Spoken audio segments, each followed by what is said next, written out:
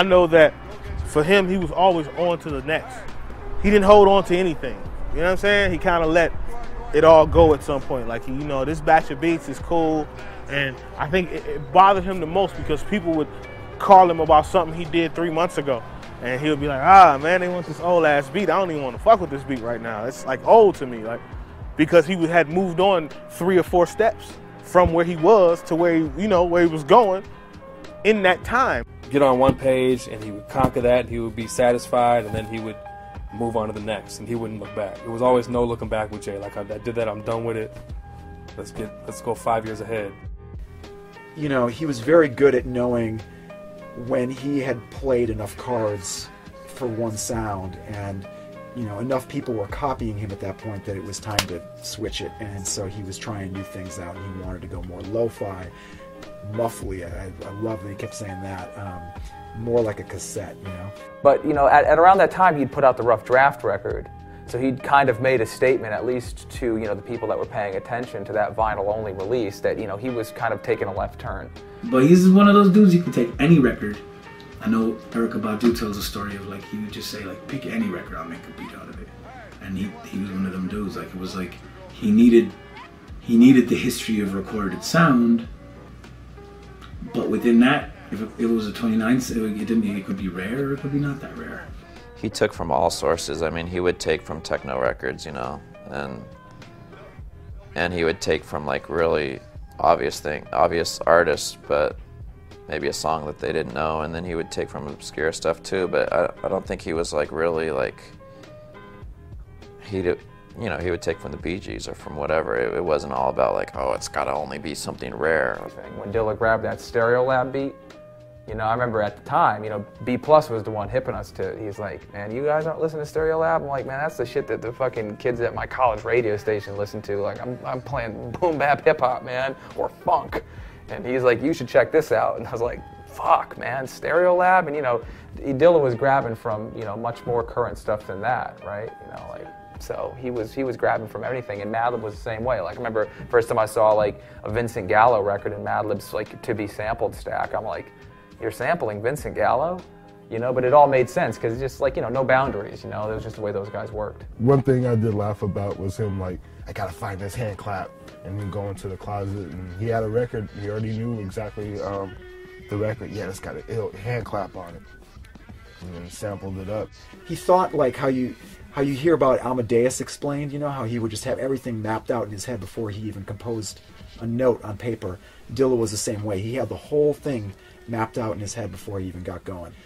You know, we'd sit there for 15 minutes doing drops on a song, and it would just be, okay, right there, next bar, drop out the kit. Next 4 bars later, drop out the bass, yep, right there, but bring it in right before the hi-hat, yep, that's it, move to the next 8 bars.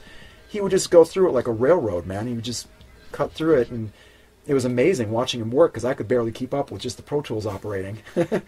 80 to 90% of all these joints that people have heard, 15 minutes, 15, 20 minutes tops. The first beat I ever saw him make was Get a Hold off of Beats, Rhymes, and Life. And that's when he was working in the back room at R.J. Rice's studio in Southfield. And it probably took him about 12 minutes to make. And he was getting frustrated. Like, he was getting frustrated on the drums, like, damn. And he finally got him, and then just to chop the loop up and then put it on top took him like 2-3 minutes. You know what I'm saying? Sometimes with the plugins and Pro Tools, things would get a little out of sync between my system and his system, because I had a TDM system and he had an LE system.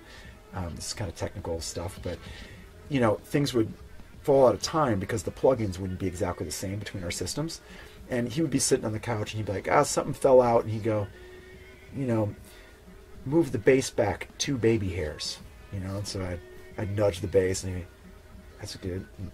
Move the snare back 1 baby hair. And be like, okay. Now the vocals, move them all back 3 baby hairs. I mean, I'm trying to interpret what baby hairs are, but I'm going ahead and doing it. Okay, what do you think of that? Yeah, cool. 1 more baby hair. Cool. He's like, that's it. And sure enough, you listen to it, and the whole beat, like, you know, it felt like a little crooked beforehand, before he got his hands on it and his ears on it. But by the time, you know, exactly 1 minute later, everything was time aligned without him having to sit at the board and do it himself, you know. But he just had crazy ears. He could sense timing very, very accurately and zero in on the stuff very quickly and fix it. He was always like giving us beat tapes, and he was making kind of jokey names for them. One of them was like Pizza Man, and one was Donuts, and it was always like this unhealthy food and stuff. But Donuts was one of them, and I just remember it was me and Madlib and him in the car, and he was like, yeah, here's my new stuff or whatever. You know, we were always like wanted to hear, or I was always wanted to hear his and Madlib's stuff. And he played it, and I wasn't sure if it was like supposed to be a beat tape for rappers or what it was supposed to be, but it was. To me, it just sounded like the songs were full, finished songs, and I said we should put this out like as it is, and he's like, I'm with it, you know. Chris always said, you know, it's going to be a way for, you know, him to get his beats out there again, and, you know, people are going to realize that, yeah, he's sick, but, you know, he's not out for the count. You know, he's still making incredible beats because they're just getting shared around the internet, and no one really knows how great they are. We're going to master them, mix them, and all that. And he took that project really seriously. I mean, he was editing stuff in the hospital all the time. You know, he might have even made some of the beats there, but I kind of doubt it. You know, he had the portable turntable, and he had the 45s and all that. But I don't recall him ever sampling this stuff. I just remember him always with the laptop editing this stuff on Pro Tools. When he turned in that record, he gave me 2 CDs. I still have one of them. One of them I brought to production, one of them I kept at my house. And it's the original Donuts as he made it, because Jeff went and edited Donuts. That was, you know, a funny story in and of itself, but Jeff had to extend it because it was hella short. It was like 20 minutes long or something like that. And when I heard all of that together in the way that he actually wanted it to come out, I was like, fuck me, man.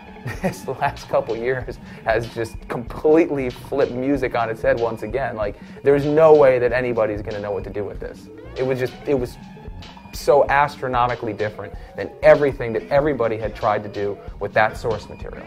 The